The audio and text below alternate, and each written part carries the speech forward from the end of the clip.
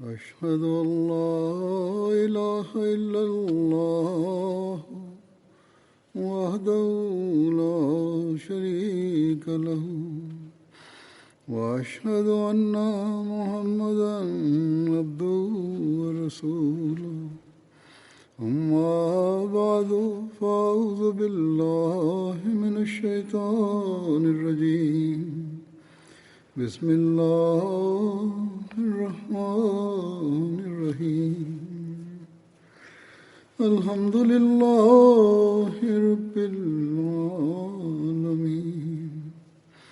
الرحمن الرحيم مالك يوم الدين إياك نعبد وإياك نستعين اهدنا الصراط المستقيم صراط الذين أنعمت عليهم غير المغضوب عليهم ولا الضالين.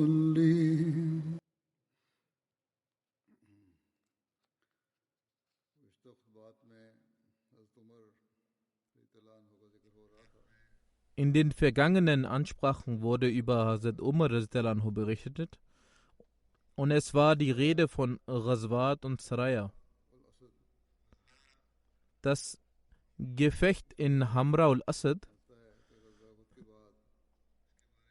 Es wird darüber berichtet, dass nach der Schlacht von Uhud der heilige Prophet sallallahu alaihi wasallam nach Medina zurückkehrte, aber er erhielt die Nachricht, dass die Quraysh ihre Truppe versammeln. So ging er mit den Gefährten gemeinsam zu Hamra al-Asad. Hamra al-Asad ist ein Ort, der 8 Meilen von Medina entfernt liegt. Hazrat Mirza Bashir Ahmed hat über diese Schlacht Folgendes niedergeschrieben. Einen Teil davon erwähne ich hier. Obwohl sich die Armee der Quraysh scheinbar nach Mekka zurückgezogen hatte, befürchtete man, dass dieser Schritt ein Komplott sein könnte, um die Muslime zu überrumpeln und plötzlich zurückzukehren, um Medina anzugreifen. Daher wurden in dieser Nacht Sicherheitsvorkehrungen in Medina getroffen. Und die Gefährten hielten vor allem am Wohnsitz des heiligen Propheten sallallahu alaihi wasallam die ganze Nacht hindurch Wache. Am nächsten Morgen stellte sich heraus, dass diese Befürchtung keine bloße Spekulation war, denn vor dem Fajr-Gebet erhielt der heilige Prophet sallallahu alaihi wasallam die Nachricht, dass das Heer der Quraysh einige Meilen von Medina entfernt zum Stillstand gekommen war und dass unter den Häuptlingen von Mekka eine hitzige Debatte darüber stattfand, warum man diesen Sieg nicht nutzen sollte, um Medina angreifen. Einige der Quraysh verspotteten sich gegenseitig und sagten, ihr habt weder Muhammad sallallahu alaihi wasallam getötet, noch habt ihr die muslimischen Frauen als Sklavinnen genommen, noch habt ihr euch ihres Reichtums und ihrer Besitztümer bemächtigt. Vielmehr habt ihr, als ihr die Herrschaft über sie erlangt und die Gelegenheit erhalten habt, sie vollständig zu vernichten, sie einfach verlassen und euch umgedreht, damit sie wieder Kraft sammeln können. Es ist noch Zeit, lasst uns zurückkehren und Medina angreifen und die Muslime ein für alle Mal entwurzeln. Im Gegensatz dazu argumentierten die anderen, ihr habt den Sieg errungen, seht dies als Glück genug an und kehrt nach Mekka zurück, damit wir nicht auch diesen Ruf verlieren und dieser Sieg in eine Niederlage verwandelt wird. Aber letztendlich setzte sich jedoch die Meinung der Leidenschaftlichen durch und die Quraysh bereiteten sich darauf vor, nach Medina zurückzukehren. Als der heilige Prophet sallallahu alaihi wasallam von diesen Ereignissen erfuhr, verkündete er sofort, dass die Muslime sich vorbereiten sollten. Doch gleichzeitig ordnete er auch an, dass außer den Leuten, die an Uhud teilgenommen hatten, niemand mit ihnen aufbrechen sollte. Überliefert wird auch, dass als den heiligen Propheten sallallahu alaihi wasallam die Mitteilung der Quraysh erreichte, so rief er dann Hazrat Abu Bakr und Hazrat Umar anhuma zu sich und er informierte sie über die Angelegenheit. Beide rieten ihm, dass man den Feind verfolgen sollte. So verbanden die Krieger von Uhud, von denen die meisten verwundet waren, ihre Wunden und begaben sich in die Gesellschaft ihres Meisters. Es steht geschrieben, dass die Muslime bei dieser Gelegenheit mit solcher Freude und solchem Eifer aufbrachen, als wäre sie eine triumphierende Armee, die zur Verfolgung des Feindes aufbricht. Nachdem sie eine Strecke von 8 Meilen zurückgelegt hatten, erreichte der heilige Prophet sallallahu alaihi wasallam Hamra al-Asad. Nun, da es Abendzeit war, wies der heilige Prophet sallallahu alaihi wasallam an, genau an diesem Ort ein Lager aufzuschlagen. Er ordnete außerdem an, dass an verschiedenen Stellen in der Ebene Feuer angezündet werden sollte. So wurden in kürzester Zeit 500 Feuer in der Ebene von Hamra al-Asad angezündet, was jedem Zuschauer aus der Ferne Ehrfurcht einflößte. Höchstwahrscheinlich stellte sich bei dieser Gelegenheit ein ungläubiger Häuptling des Khuzar-Stammes namens Mabad dem heiligen Propheten sallallahu alaihi wasallam vor und bot ihm sein Beileid für diejenigen an, die in Uhud gefallen waren, woraufhin er seinen Weg fortsetzte. Als er am nächsten Tag Rauha erreichte, fand er dort, das Heer der Quraysh lagern und dass Vorbereitungen für die Rückkehr nach Medina im Gange waren. Mabad ging sofort zu Abu Sufyan und sagte: Was hast du vor? Bei Gott, ich habe gerade die Armee von Muhammad sallallahu alaihi wasallam in Hamra al-Asad hinter mir gelassen und nie zuvor habe ich eine so ehrfurchtgebietende Armee gesehen. Sie sind aufgrund ihrer Reue über die Niederlage bei Uhud so leidenschaftlich, dass sie euch bei ihrem Anblick in Asche verwandeln werden. Abu Sufyan und seine Anhänger waren von diesen Äußerungen des Mabad so beeindruckt, dass sie die Idee aufgaben, nach Medina zurückzukehren und sofort nach Mekka eilten. Als der heilige Prophet sallallahu alaihi wasallam die Nachricht erhielt, dass die Armee der Quraysh auf diese Weise geflohen war, dankte er Gott und sagte: Das ist die Ehrfurcht Gottes, die er in die Herzen der Ungläubigen auferlegt hat. Anschließend blieb der heilige Prophet sallallahu alaihi wasallam noch 2 oder 3 Tage in Hamra al-Asad. Die Schlacht von Banu Mustalik fand im Monat Schaban im 5. Jahr nach der Auswanderung statt. Dieses Gefecht nennt man auch Schlacht von Muraisi. Hazrat Mirza Bashir Ahmed erwähnt dieses Ereignis wie folgt: Die Feindschaft der Quraysh nahm von Tag zu Tag eine gefährliche Form an. Und durch ihre Intrigen hatten sie bereits viele Stämme gegen den Islam und den Gründer des Islams aufgehetzt. Nun aber schuf ihre Feindseligkeit eine neue Bedrohung, indem nun auch jene Stämme des Hijaz, die bis dahin gute Beziehungen zu den Muslimen unterhielten, aufgrund der aufrührerischen Pläne der Quraysh begannen, sich gegen die Muslime zu erheben. In dieser Hinsicht übernahmen die Banu Mustalik, ein Zweig des berühmten Khuzar-Stammes, die Führung und begannen sich zu mobilisieren, um einen Angriff gegen Medina zu starten. Ihr Anführer Haras bin Abi Darar bereiste die anderen Stämme dieser Region und holte auch verschiedene andere Stämme an Bord. Als der heilige Prophet sallallahu alaihi wasallam davon erfuhr, schickte er vorsichtshalber einen Gefährten namens Buraida bin Husayb in Richtung der Banu Mustalik, um Informationen zu sammeln, und forderte ihn auf, schnell mit Einblicken der Lage der Dinge zurückzukehren.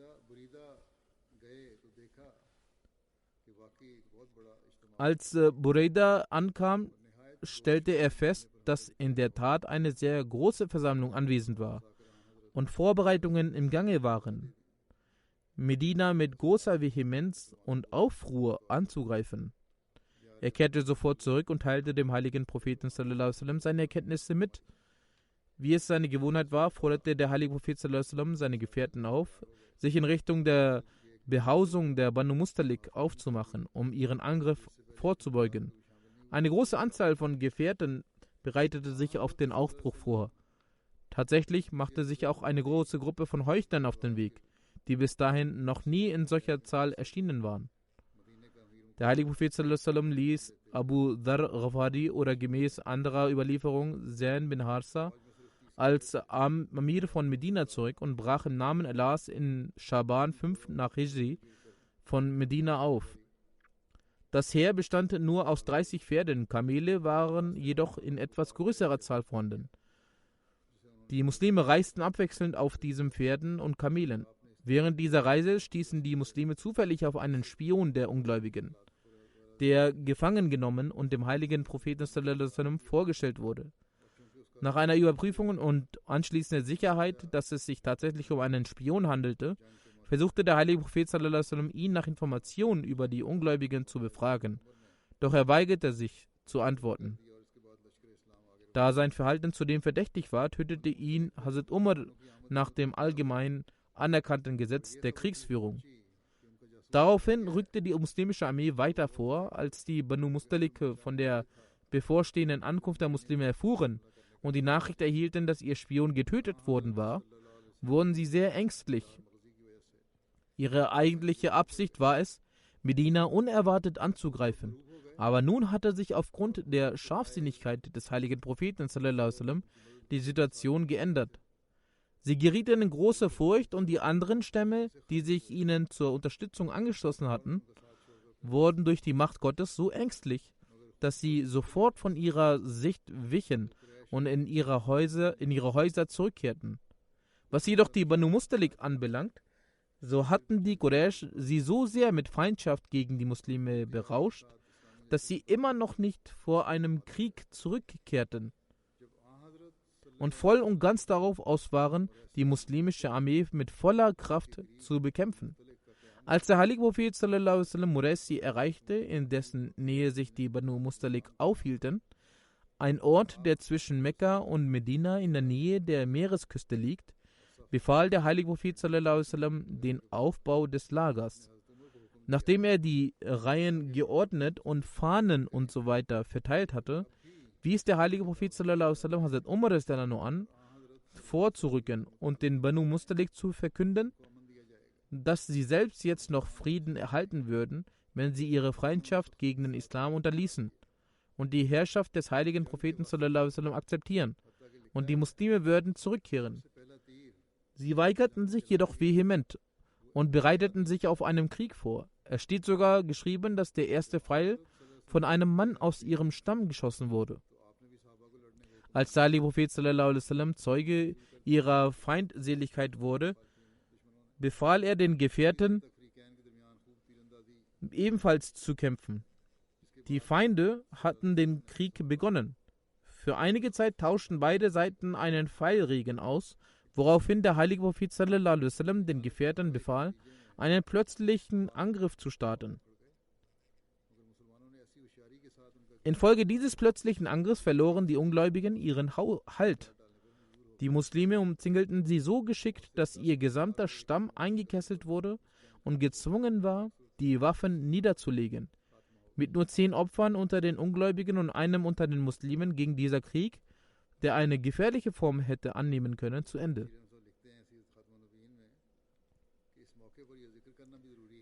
Hazrat Mirza Bashir Ahmad Anhu schreibt dazu in Sirat Khatam an-Nabiyyin: Hierbei ist es notwendig zu wissen, dass für diese Schlacht eine Überlieferung in Sahih Bukhari zu finden ist, die besagt, dass der heilige Prophet Muhammad sallallahu alaihi wasallam zu einer Zeit Banu Mustalik angriff, als diese ihren Tieren Wasser zum Trinken gaben und über den Angriff nicht informiert waren.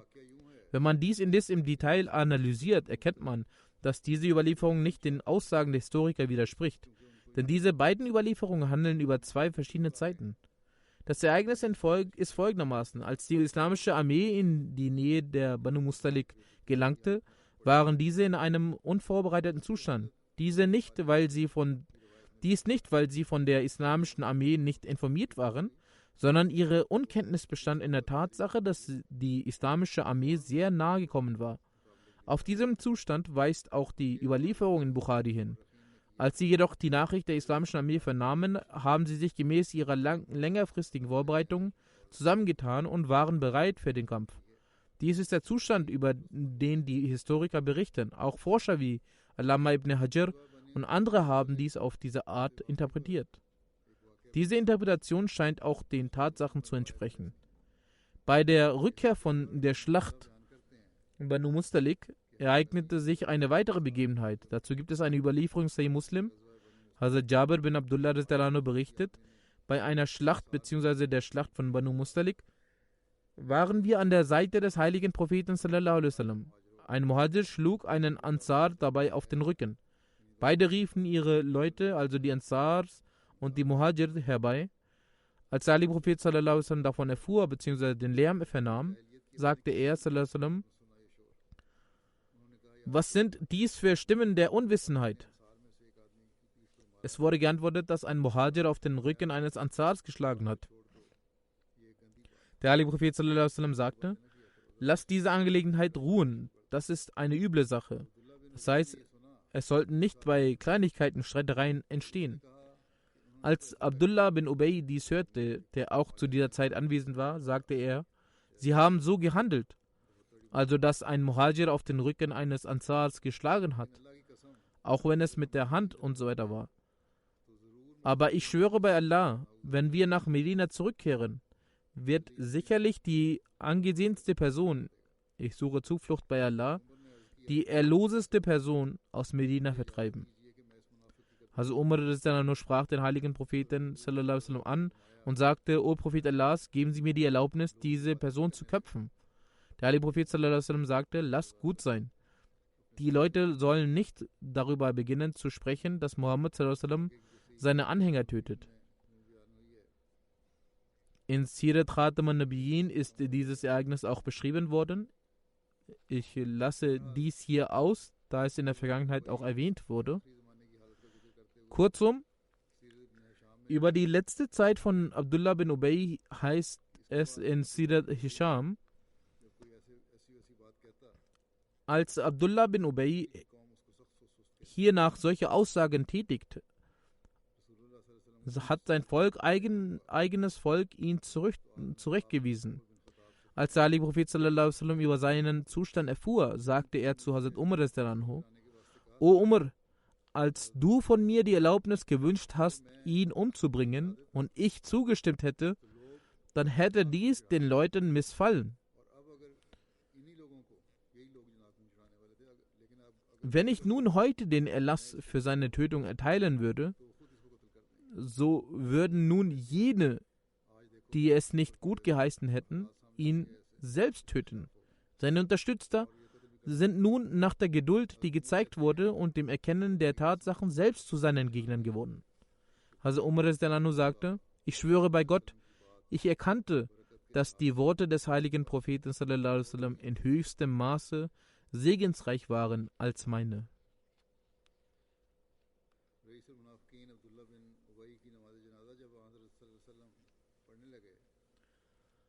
Als der heilige Prophet sallallahu alaihi wasallam das Totengebet vom Führer der Heuchler Abdullah bin Ubay verrichten wollte, sagte Hazrat Umar radhiyallahu anhu: Allah hat sie von der Verrichtung des Totengebets abgehalten. Der heilige Prophet sallallahu alaihi wasallam sagte: Mir wurde das Recht eingeräumt, dass ich entweder für die Vergebung dieser Leute bete oder auch nicht. Somit leitete der heilige Prophet sallallahu alaihi wasallam das Totengebet von Abdullah bin Ubay. Als dann Allah in aller Ausführlichkeit verboten hat, das Totengebet dieser Menschen zu verrichten, hat der heilige Prophet sallallahu alaihi wasallam dies nicht mehr getätigt. Abu Salama überliefert von Abu Jabir, dass Hazrat Umar bin Khattab radhiyallahu anhu in der Zeit der Schlacht von Khandak, der Grabenschlacht, nach dem Sonnenuntergang gekommen ist und über die Ungläubigen der Quraysh schlecht redete. Er radhiyallahu anhu sagte: O Prophet Allahs, ich habe nicht einmal das Asr-Gebet verrichten können, so weit, dass die Sonne untergegangen ist. Der heilige Prophet sallallahu alaihi wasallam sagte: Bei Gott, auch ich habe das Asr-Gebet nicht verrichtet. Hiernach sind sie zu einem Ort namens Bhutan gegangen, welches ein Tal Medinas ist. Es wurde auch die rituelle Waschung vollzogen. Nach dem Sonnenuntergang verrichtete der heilige Prophet sallallahu alaihi wasallam das Asr-Gebet. Danach verrichtete er auch das Maghrib-Gebet. Das ist eine Überlieferung von Bukhari.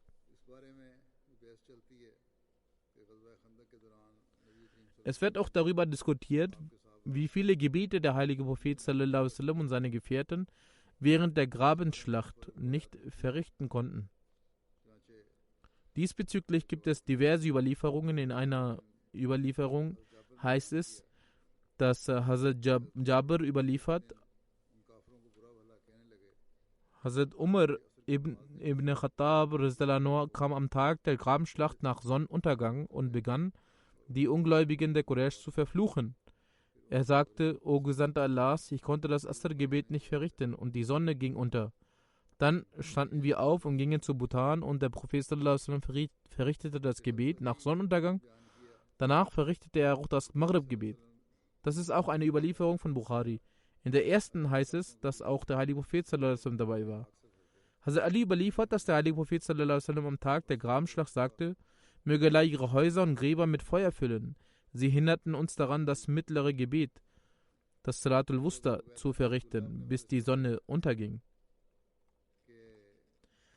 Abu Ubaidah bin Abdullah überliefert von seinem Vater: Die Götzenanbeter hinderten den Propheten am Tag der Grabenschlacht von 4 Gebeten, bis ein Teil der Nacht vorüber war, wie Allah es wollte. Dann wies der heilige Prophet sallallahu alaihi wasallam Hazrat Bilal an, den Gebetsruf auszurufen. Dann wies er sallallahu alaihi wasallam an, die Iqama auszurufen, und er leitete das Zuhr-Gebet. Dann wies er sallallahu alaihi wasallam an, die Iqama auszurufen, und der heilige Prophet sallallahu alaihi wasallam leitete das Asr-Gebet. Dann wies der heilige Prophet sallallahu alaihi wasallam an, die Iqama auszurufen und leitete das Maghrib-Gebet. Dann hat er sallallahu alaihi wasallam an die Iqama ausgerufen und er leitete das Isha-Gebet. Das sind Überlieferungen aus Musnad Ahmad bin Hanbal. Der verheißene Messias sallallahu alaihi wasallam hat alle Überlieferungen für schwach erklärt und nur eine für authentisch erklärt, in der erwähnt wird, dass das Asr-Gebet im Vergleich zur üblichen Zeit in engem Zeitfenster verrichtet wurde. Der verheißene Messias sallallahu alaihi wasallam antwortet auf einen Vorwurf von Pfarrer Fateh Masih, dass der heilige Prophet sallallahu alaihi wasallam in der Grabenschlacht 4 Gebete zusammen nachgeholt haben soll. Folgendes: Der verheißene Messias sagt, ihre satanische Anstiftung war, dass während des Aushebens des Grabens 4 Gebete Qaza zu einem späteren Zeitpunkt nachholen verrichtet wurde. Zuallererst ist ihr Wissensstand so, dass sie hier das Wort Qaza verwendet haben. O törichte Menschen, Qaza bedeutet, das Gebet zu verrichten und nicht das Gebet auszulassen. Das Gebet wegzulassen heißt in keinem Fall Qaza. Wenn jemandes Gebet weggelassen wird, dann nennt man das fort. Aus diesem Grund haben wir eine Anzeige mit 5000 Rupien Lohn ausgeschrieben, dass es so törichte Leute gibt, die Anschuldigungen gegen den Islam erheben, die noch nicht einmal die Bedeutung des Wortes Qaza kennen. Diese Person die Worte nicht angemessen und an der richtigen Stelle verwendet. Wie kann eine so törichte Person Anschuldigungen gegen eine tiefgründige Philosophie erheben? Das sind die tiefgründigen Themen. Wie können sie Anschuldigungen und Einwände jeglicher Art dagegen erheben? Dann bleibt noch die Behauptung, dass zum Zeitpunkt des Aushebens des Grabens 4 Gebete zusammen verrichtet wurden. Die Antwort auf diese lächerliche Vermutung ist, dass Gott sagt, dass es keinen Zwang im Glauben gibt. Mit anderen Worten, im Glauben gibt es keine derartige Strenge, die ein Mittel zur Zerstörung einer Person wird. Aus diesem Grund hat Allah der Allmächtige in Zeiten der Not und in einem Zustand von Trübsal und Widrigkeiten befohlen, die Gebete zusammen zu verrichten, bzw. Qasr verkürzt zu verrichten. Bei dieser fraglichen Gelegenheit gibt es jedoch keine authentische Überlieferung, die erwähnt, dass 4 Gebete zusammen verrichtet wurden. Tatsächlich steht in Fathul Bari, dem Kommentar von Sahih Bukhari, geschrieben, dass das Ereignis folgendes war: Dass dieses ein Gebet, also das Salatul Asr im Vergleich zur üblichen Zeit in engem Zeitfenster verrichtet wurde. Wenn sie vor uns wären, würden wir sie fragen, der verheißene Messias spricht hier den Gegner an, ob es eine einstimmige Überlieferung gibt, dass 4 Gebete vollständig weggelassen wurden. Sie wurden zu keinem Zeitpunkt verrichtet. Laut Shara können 4 Gebete kombiniert werden, das heißt, Zuhr und Asr können kombiniert werden und Maghrib und Isha. Tatsächlich gibt es eine schwache Überlieferung, dass Zuhr, Asr, Maghrib und Isha alle zusammen verrichtet wurden. Jedoch negieren andere Sahih Hadith dies und nur Folgendes ist bewiesen, dass das Asr-Gebet in einem engen Zeitfenster verrichtet wurde. Zur Rolle von Hazrat Umar im Zusammenhang mit dem Friedensvertrag von Hudaybiyah heißt es, der heilige Prophet sallallahu alaihi wasallam rief Hazrat Umar zu sich und beauftragte ihn, nach Mekka zu gehen und den Führern der Quraysh mitzuteilen, wieso der heilige Prophet sallallahu alaihi wasallam gekommen war. Hazrat Umar sagte, O Prophet Gottes, ich fürchte mich um mein Leben, weil die Quraysh wissen, wie sehr ich gegen sie war, was für ein großer Feind ich war und wie streng ich mit ihnen umging. Keiner aus meinem Stamm, Banu Adi bin Gab, ist in Mekka, damit er mich beschützen kann. Aus diesem Grund drückte er seine Bedenken aus.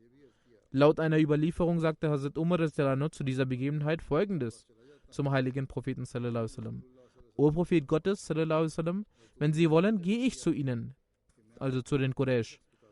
Doch der Prophet sallallahu alaihi wasallam sagte dazu nichts. Hazrat Umar erwähnte nochmals, dass es eine Person gibt, die bei den Mekkanern angesehener sei als er, also Hazrat Usman bin Affan. Daraufhin suchte der Prophet sallallahu alaihi wasallam Hazrat Usman auf und entsendete ihn zu Abu Sufyan und den anderen Führern Mekkas, damit er diese in Kenntnis setzt, dass der Prophet nicht aus militärischen Gründen hier ist, sondern lediglich um die Kaaba zu besuchen und zu ehren. Dies wurde in der Freitagsansprache über Hazrat Usman ausführlich erklärt.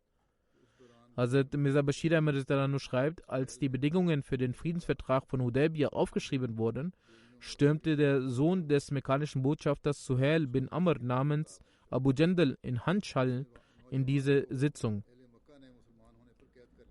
Dieser junge Mann war von den Leuten von Mekka eingesperrt worden, als er Muslim wurde, und sie hatten ihn schweren Qualen ausgesetzt. Als er erfuhr, dass der heilige Prophet sallallahu alaihi wasallam nach Mekka gekommen war, entkam er irgendwie der Gefangenschaft der Quraysh und schaffte es, immer noch in seinen Fesseln gefesselt, nach Hudaybiyah zu wanken. Übrigens kam er dort zu einer Zeit an, als sein Vater die Bedingung aufstellte: Jeder Mann, der von den Leuten aus Mekka zu den Muslimen kommt, auch wenn er ein Muslim ist, soll zurückgeschickt werden. Abu Jandal warf sich vor die Muslime und rief sehr schmerzhaft: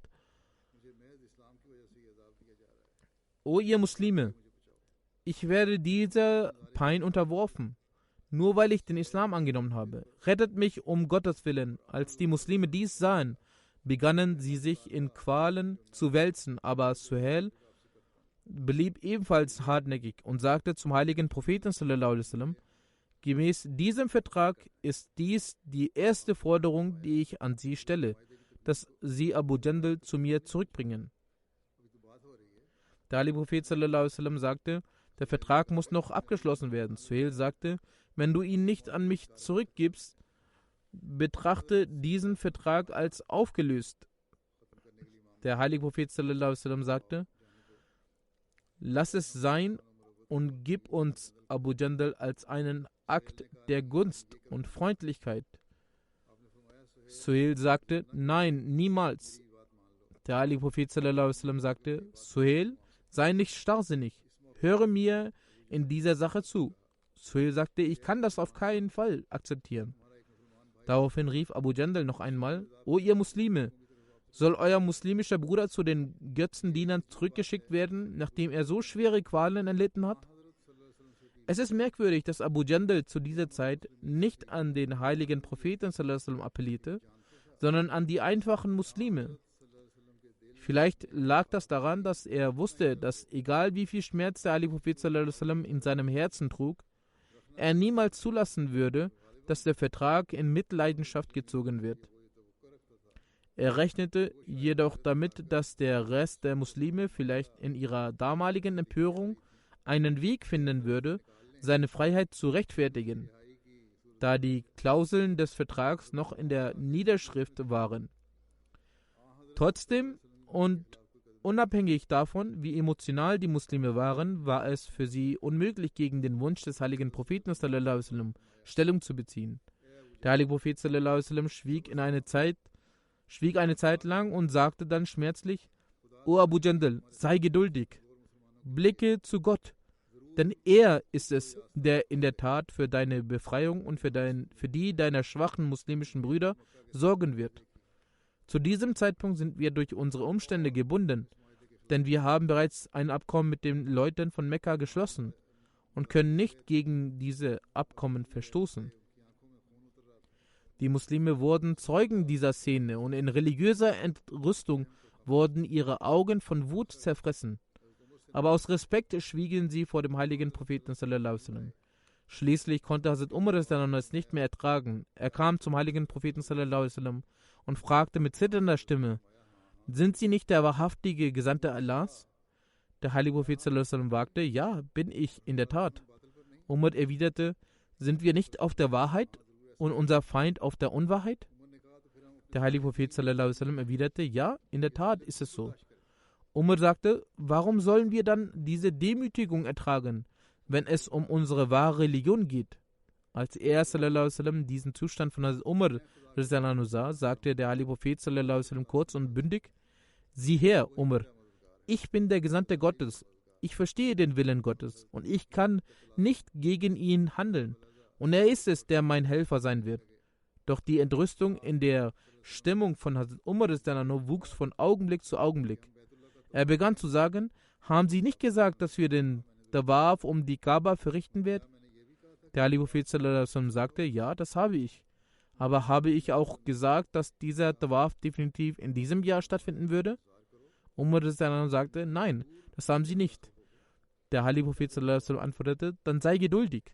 So Gott will, wirst du in der Tat Mekka betreten, um den Tawaf der Kaaba durchzuführen. In diesem Zustand der Ergriffenheit war Hazrat Umar jedoch nicht zufrieden. Nichtsdestotrotz verließ Hazrat Umar aufgrund der außergewöhnlichen Ehrfurcht vor dem heiligen Propheten und kam zu Hazrat Abu Bakr. Auch Hazrat Abu Bakr antwortete auf dieselbe Weise wie der heilige Prophet. Hazrat Abu Bakr riet ihm jedoch auch: O Umar, sieh her, kontrolliere dich selbst. Lasse nicht zu, dass sich dein Griff vom Seil des Gesandten Allahs löst. Bei Gott, dieser Mann, in dessen Hand wir unsere eigene Hand gegeben haben, ist ohne Zweifel wahrhaftig. Hazrat Umar sagte, dass er damals wegen seiner Emotion solche Dinge sagte, aber später fühlte er sich außerordentlich reuevoll. Um die Auswirkungen dieser Schwäche als eine Form der Reue abzuwaschen, vollzog er außerdem viele freiwillige Taten als Sühne. Er spendete Almosen, fastete, verrichtete freiwillige Gebete und befreite sogar zahlreiche Sklaven, damit dieser Makel der Schwäche gereinigt werden konnte. In einer seiner Reden sagte der vierte Kalif auf einer Jalsa: Ich werde einen Teil vortragen. Kein Zweifel. Hazrat Umar fragte wegen dem Schmerz, den er verspürte. Auch andere Gefährten verspürten diesen Schmerz. Die Gefühle, die Hazrat Umar zu Wort brachte, waren nicht nur seine eigenen Gefühle, sondern von allen Gefährten. Hunderte andere Herzen hatten dieselben Gedanken, aber nur Hazrat Umar traute sich, diese zu äußern. Dies war sein Fehler, den er sein Leben lang bereute. Er fastete, betete und spendete sehr viel und weinte in seinen Niederwerfungen. Aber das Gefühl der Schuld und der Scham wollte nicht verschwinden. Der Schmerz von Hudaybiyah war vorübergehend. Die vom Himmel hinabsteigenden Gnaden entwickelten diesen Schmerz in Frieden um. Aber der Schmerz, der sich wegen der Frage aufgrund von Ungeduld in Hazrat Umar entwickelte, wurde zu einem anhaltenden Schmerz, der Hazrat Umar nie in Ruhe ließ. Hazrat Umar pflegte stets zu sagen: Hätte ich den heiligen Propheten nur nicht gefragt. Ich denke oft darüber nach.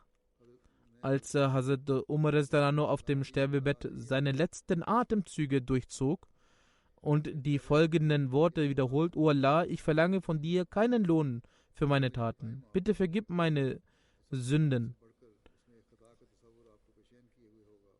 Der größte Fehler, den er wahrscheinlich am meisten bereute, war der Fehler, den er in Hudaybiyah begangen. Als der Vertrag von Hudaybiyah verfasst wurde, sah der heilige Prophet den Schmerz der Gefährten. Den Zustand des Herzens vom heiligen Propheten konnte außer seinem himmlischen König und liebevollen, allmächtigen Freund niemand wissen. Aber diese drei und einfachen Sätze, die der heilige Prophet zu Hazrat Umar sagte, ist für vernünftige Menschen eine große Lehre. Der Vertrag von Hudaybiyah enthielt auch die Unterschrift von Hazrat Umar.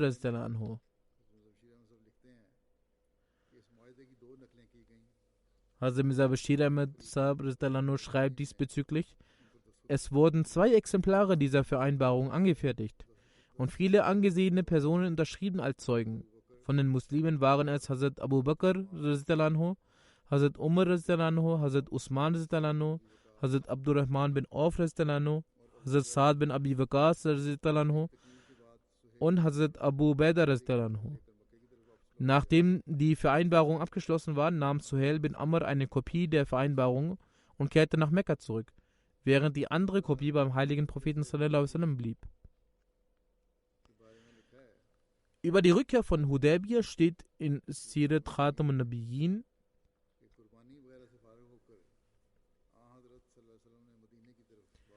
Nachdem er sein Opfer gebracht hatte, befahl der heilige Prophet sallallahu alaihi wasallam die Rückkehr nach Medina.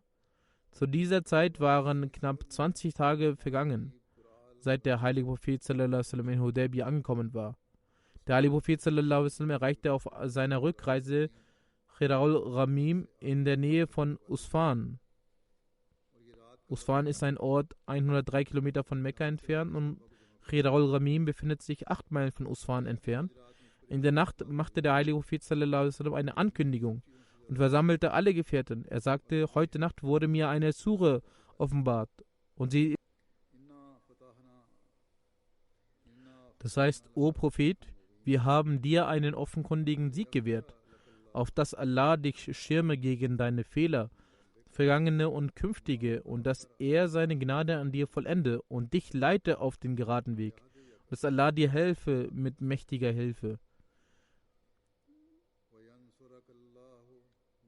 Wahrlich, Allah hat seinen Gesandten das Traumgesicht erfüllt. Ihr würdet gewisslich, so Allah will, in die heilige Moschee eintreten in Sicherheit, mit geschorenem Haupt oder mit kurzgeschnittenem Haar. Ihr würdet keine Furcht haben. Mit anderen Worten, wenn ihr in diesem Jahr nach Mekka eingezogen wärt, wäre es kein Einzug der Sicherheit gewesen, sondern ein Einzug von Krieg und Blutvergießen. Doch in der Vision hatte Gott einen Einzug der Sicherheit gezeigt, und aus diesem Grund wurde als Ergebnis der Vereinbarung in diesem Jahr ein Zustand der Sicherheit erdacht. Gemäß der von Gott gezeigten Vision werdet ihr bald die heilige Moschee in einem Zustand der Sicherheit betreten. In der Tat, es ist so geschehen. Als der heilige Prophet sallallahu alaihi wasallam diese Verse vor den Gefährten rezitierte, wurden sie, da die Herzen einiger Gefährten noch die Bitterkeit des Vertrages von Hudaybiyah spürten, überrascht, da sie dachten, dass sie zwar als Gescheiterte zurückkehrten, aber dennoch Gott ihnen gute Wünsche für ihren Sieg gab. Einige eilige Gefährten sagten sogar: Ist es ein Sieg, dass wir zurückkehren, während uns die Verrichtung des Tawaf um das Haus Allahs verwehrt wird? Als diese Worte den heiligen Propheten sallallahu alaihi wasallam erreichten, äußerte er großen Unmut.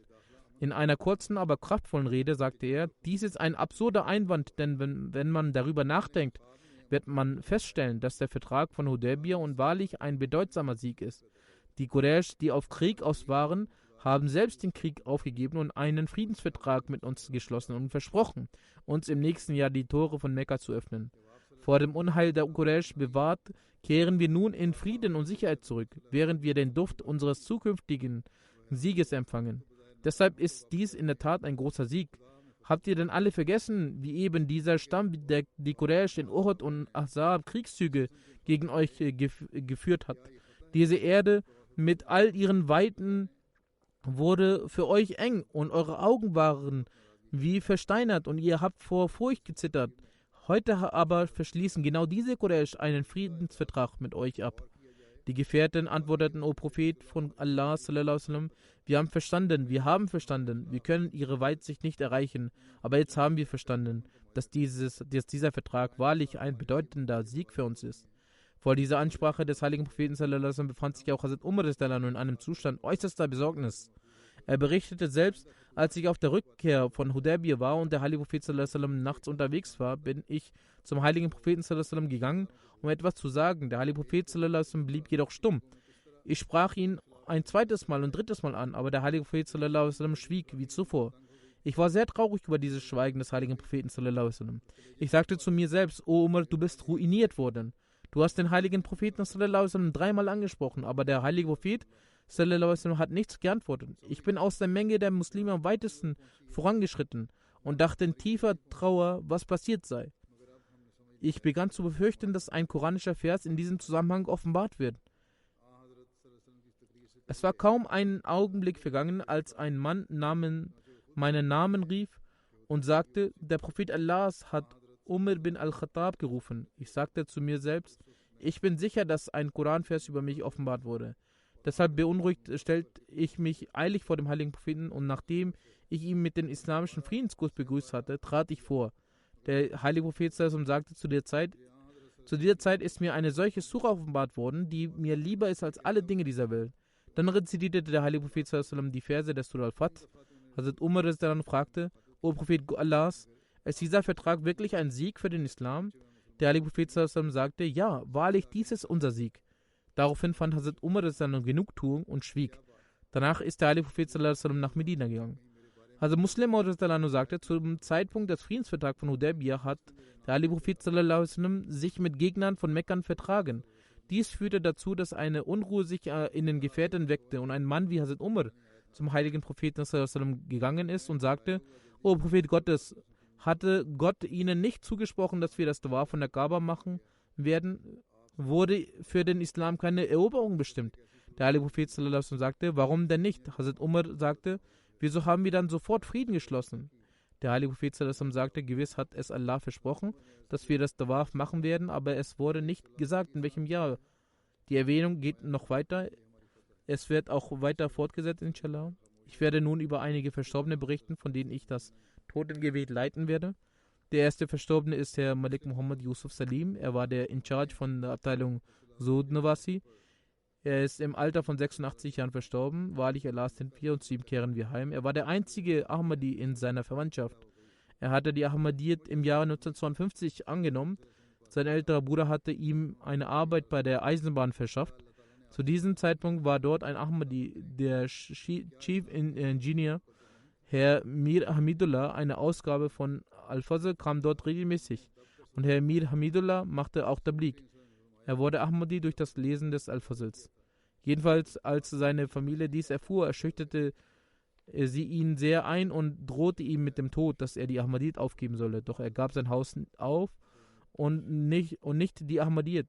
Letztendlich, als die Gefahr sehr stark anstieg, verließ er sein Haus so, dass seine Mutter ihm eines Tages nachts versteckt vor ihren Söhnen sagte, dass er den Ort verlassen solle und nie wieder dorthin zurückkehren solle, weil sein Leben sonst in Gefahr sei. Er machte an der Punjab University in Lahore seinen Master in Islamwissenschaften und trat dann 1958 in die Jamia ein. 1963 brachte er dort seinen Abschluss. Dann wurde er bei Herrn Malik Saifur Mansab, der Mufti Silsila war, im Büro des Iftar eingestellt. 1967 wurde er in die Abteilung Sud Nawasi versetzt und als der Leiter der Abteilung, Herr Maulana Muhammad Yaqub Tahir, verstarb, stellte Hazrat Khalifatul Masih Salis, der dritte Khalif des verheißten Messias, ihn in seinem Posten bei sich ein. Bis 1985 war er Leiter dieser Abteilung und er war auch verantwortlich für die Berichterstellung der Freitagsansprachen, Reden und Programmen von Hazrat Khalifatul Masih III. Und für Handlungsberichte und weiteres. 1978 nahm er an der Cross Conference, die in London stattfand, mit Hazrat Khalifatul Masih Salis, den dritten Khalifen, teil. Dort war er auch mit Hazur und erstellte den Bericht. Mit Hazrat Khalifatul Masih Rabi, den vierten Khalifen, arbeitete er auch an der Arbeit für die Biografie Fazl Umars und Hazrat Khalifatul Masih der vierte sprach von ihm in großartiger Weise. Als Hazrat Khalifatul Masih der vierte im Jahre 1983 Australien, Fiji und Singapur besuchte, war Herr Malik Yusuf Salim auch bei ihm und er erstellte nach seiner Migration Kopien der Kassetten seiner Freitagsansprachen, wobei er hervorragende Arbeit leistete. Er ging selbst nach Faisalabad, weil man vorsichtig sein musste. Er stellte dort in seinem Haus die Audiokassetten und brachte sie dann zurück. Er war auch einige Jahre lang als Murabbi Silsila vor Ort tätig. In der Tahir-Stiftung erhielt er die Möglichkeit, an Khutbat Tahir zu arbeiten. In der Abteilung Privatsekretär erhielt er die Möglichkeit, Protokolle der Schura zu schreiben. Jedenfalls wurde er nach dem Ruhestand immer wieder eingestellt. Dann trat er 2013 wegen seiner Erkrankung zurück. Er hatte 2 Ehen. Aus der ersten hatte er eine Tochter, danach verstarb seine Ehefrau. Dann heiratete er erneut. Aus dieser Ehe hat er 2 Söhne und 3 Töchter. Seine Tochter Qudsiya Muhammad Sardar sagt, dass ihr Vater eine Verbindung zwischen ihnen und Allah, dem Allmächtigen, schuf und ihnen davon predigte. Er sorgte für eine strikte Einhaltung der Pflichtgebete. Bei Verspätung des Gebets war er sehr verärgert. Er verrichtete das Tahajjud sehr inbrünstig. Er rezitierte täglich ein Kapitel des Heiligen Koran.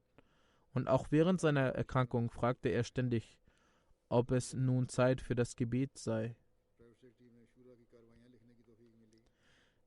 Er sorgte sich sehr um das Gebet. Er füllte uns mit der Liebe und Loyalität zur Jamaat. Er liebte die Khilafat grenzenlos. Er sagte, dass alle Segnungen in der Gehorsamkeit des Khilafat liegen. Er trug große Schwierigkeiten für die Ahmadiyyat. Der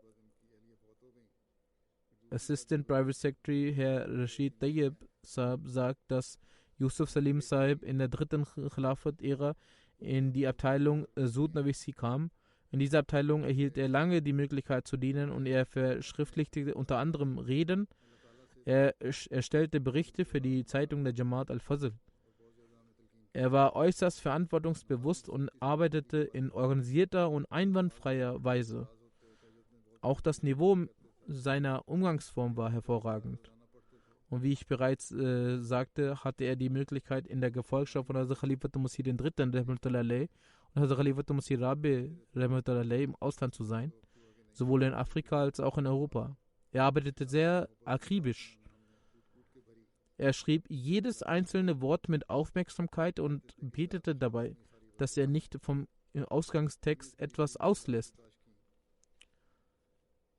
Als er 2013 in Rente ging und es in der Berichterstellung der Shura Probleme gab, erschien er sofort im Büro des Privatsekretärs, wenn er gerufen wurde.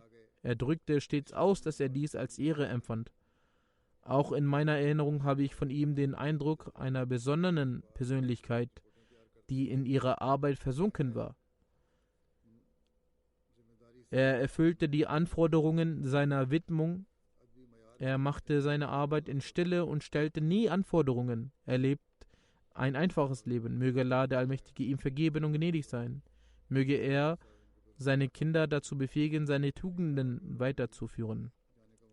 Die zweite Erwähnung ist von Herrn Shoaib Ahmed Waqf Zindagi. Er war Sohn des verstorbenen Herrn Bashir Ahmed Darwish aus Qadian. Er verstarb im Alter von 56 Jahren. Wahrlich Allah sind wir und zu ihm kehren wir heim. 1987 nahm er die Tätigkeit bei der Jamaat auf. Er arbeitete in verschiedenen Abteilungen des Sadr Anjuman Ahmadiyya als Arbeiter, Afsar und Nazir.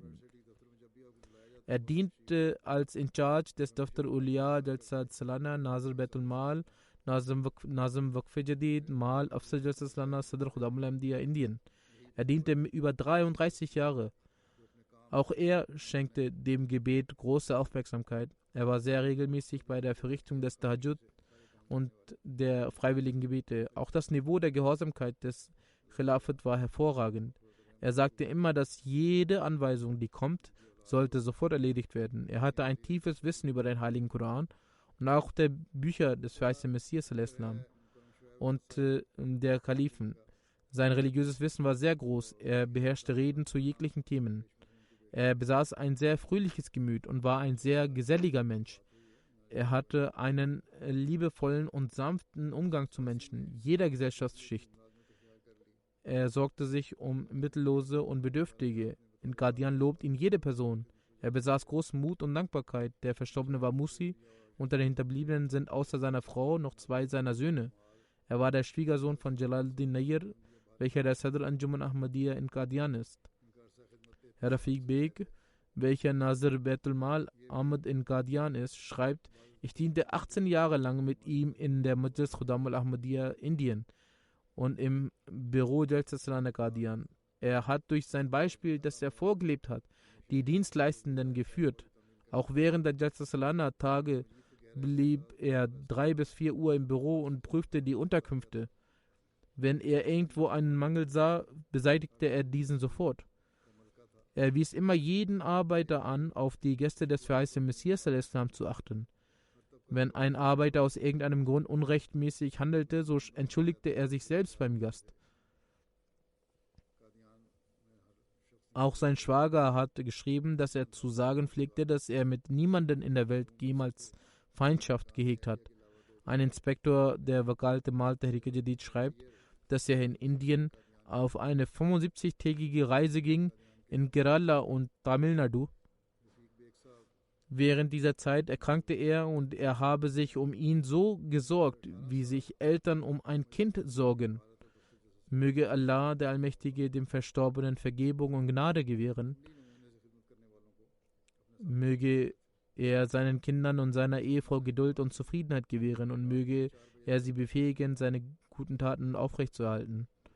Die nächste Erwähnung ist über den geehrten Herrn Maqsood Ahmed Bhatti Sahib Murabbi Silsila Jamaat Qadian, welcher am 18. Mai im Alter von 52 Jahren verstorben ist. Wahrlich, Allah sind wir und zu ihm kehren wir heim. Der Verstorbene war aus der Jamaat Ahmadiyya Jarpur Region Rajuri, Provinz Jammu und Kaschmir. Die Dauer seines Dienstes beläuft sich auf 30 Jahre. Er bekam die Möglichkeit, als Präsident vom Kreis Lucknow und für etwa ein Jahr als leitender Murabbi von Srinagar zu dienen. Seit 2017 bis zu seinem Tod hatte er die Möglichkeit, in Vollzeit-Ghazi Richter auf zentraler Ebene zu dienen. In der Qaza arbeitete er mit voller Zuverlässigkeit und Hingabe. Er traf bei unzähligen Verfahren und Entscheidungen, sogar als er in den letzten Tagen krank war und im Krankenhaus aufgrund vom Coronavirus war, hatte er Sorge um seine Arbeiten. Er war sehr zuvorkommend, freundlich und mutig und entschlossen, gewandt und weise und ein wahrer Waqf Zindagi. Der Verstorbene war Musi und zu seinen Hinterbliebenen zählen neben seiner Mutter und seinen 3 Brüdern auch seine Ehefrau und seine 3 Töchter. Möge Allah der Allmächtige dem Verstorbenen Vergebung und Gnade gewähren, möge er seine Töchter beschützen und ihnen ermöglichen, seine guten Taten fortzuführen. Die nächste Erwähnung ist von Herrn Javed Iqbal aus Faisalabad, welcher im Alter von 66 Jahren verstorben ist. Wahrlich, Allah sind wir und zu ihm kehren wir heim. Sein Sohn Talat Javed schreibt, dass die Ahmadiyyat in seine Familie durch seinen Urgroßvater Baba Jakira Einzug fand, dessen Name sich aufgrund seiner Arbeit des Errichtens und Instandhaltens von Mühlen etabliert hatte. Er machte seine Arbeit in der Gasse durch Rufe und währenddessen sang er die Verse vom verheißenen Messias in lauter Stimme, damit sich Wege für das Tabligh öffnen könnten. Durch die Gnade Allahs hat er neben den Pflichtgebeten auch das Tahajjud regelmäßig und täglich verrichtet. Er wies seine Familienmitglieder an, das Gebet in Gemeinschaft zu verrichten und sorgte sich auch darum, dass zu Hause das Gebet in Gemeinschaft verrichtet wurde. Er rezitierte den Heiligen Koran regelmäßig und las ihn mitsamt der Übersetzung. Er sorgte sich darum, dass die Khutbat gehört wurde. So kümmerte er sich darum, dass die Familienmitglieder mit ihm gemeinsam die Freitagsansprache auf MTA hören. Er empfand eine Leidenschaft für den Dienst des Glaubens, als nach den Aufruhren von 1984, die Freitagsansprache des Kalifen der Zeit anhand von Audiokassetten, der in die Jamaat geschickt wurde, fuhr er mit dem Rad und den Kassetten in eine Tüte von Dorf zu Dorf, um diese zu überbringen.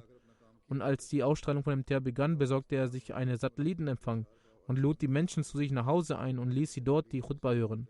Zu seinen Hinterbliebenen zählen seine Mutter, seine Ehefrau Amatul Basit, seine 2 Söhne und eine Tochter. Möge Allah der Allmächtige ihm Vergebung und Gnade gewähren. Die nächste Erwähnung ist über Madiha Nawaz, die Ehefrau von Herrn Nawaz Ahmed Murabbi Silsila der Jamaat in Ghana, welche am 16. April im Alter von 36 Jahren verstorben ist. Wahrlich, Allah sind wir und zu ihm kehren wir heim. Sie war in Ghana und ist auch dort verstorben.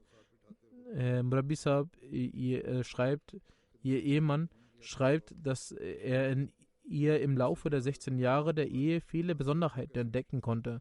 Sie hatte ein ausgeprägtes Aushaltevermögen, außerordentliche Geduld, Mitgefühl und war eine Frau mit dem Willen zur Opferbereitschaft. Sie war die bestmögliche Mutter und eine treue Ehefrau. Sie unterrichtete Kinder in Ghana, wann immer sie die Möglichkeit dazu ergab. Sie brachte ihren Kindern den Koran bei, sie behandelte Verwandten ihrer Schwiegerfamilie mit Wohlwollen und antwortete niemals auf die harsche Art eines anderen, sondern hielt solche Situationen aus und wies auch ihn, solche Situationen auszuhalten. Sie wies immer wieder darauf hin, zu beten. Auch im Umgang mit der Erziehung von Kindern achtet sie auf kleinste Dinge. Für die Bindung zum Khilafat erwähnte sie mit den Kindern oft Segnungen des Khilafat. Zu ihren Hinterbliebenen zählen neben ihrem Ehemann 3 Kinder, Burat Safi 13 Jahre, Fezia 8 Jahre alt und Sarah 1 Jahre alt. Durch die Gnade Allahs sind alle Kinder ein Teil von Waqf-e-Nau. Möge Allah der Allmächtige ihre Gebete für ihre Kinder erhören, möge er ihr hohe Ränge zuteil werden und ihre Vergebung und Gnade gewähren.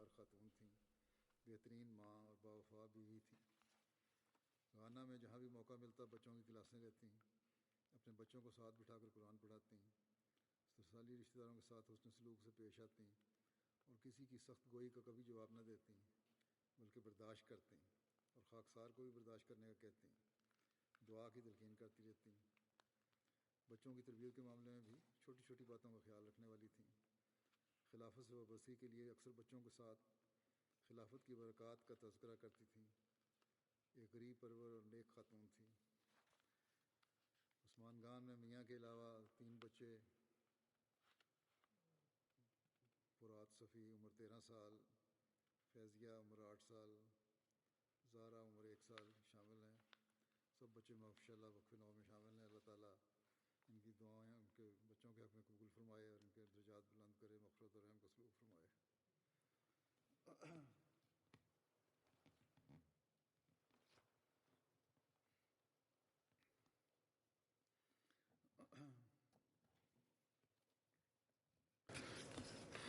अल्हम्दुलिल्लाह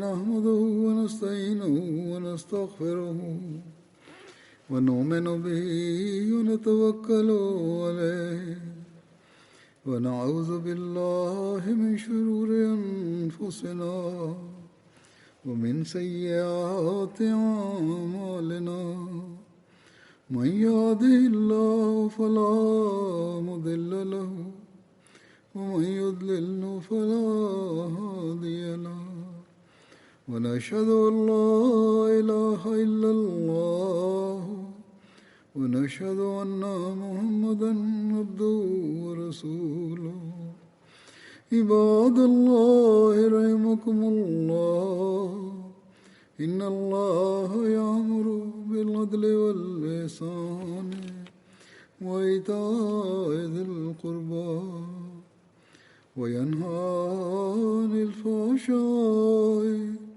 والمنكر والبغي يعظكم لعلكم تذكرون اذكروا الله يذكركم وادعوه يستجب لكم ولذكر الله أكبر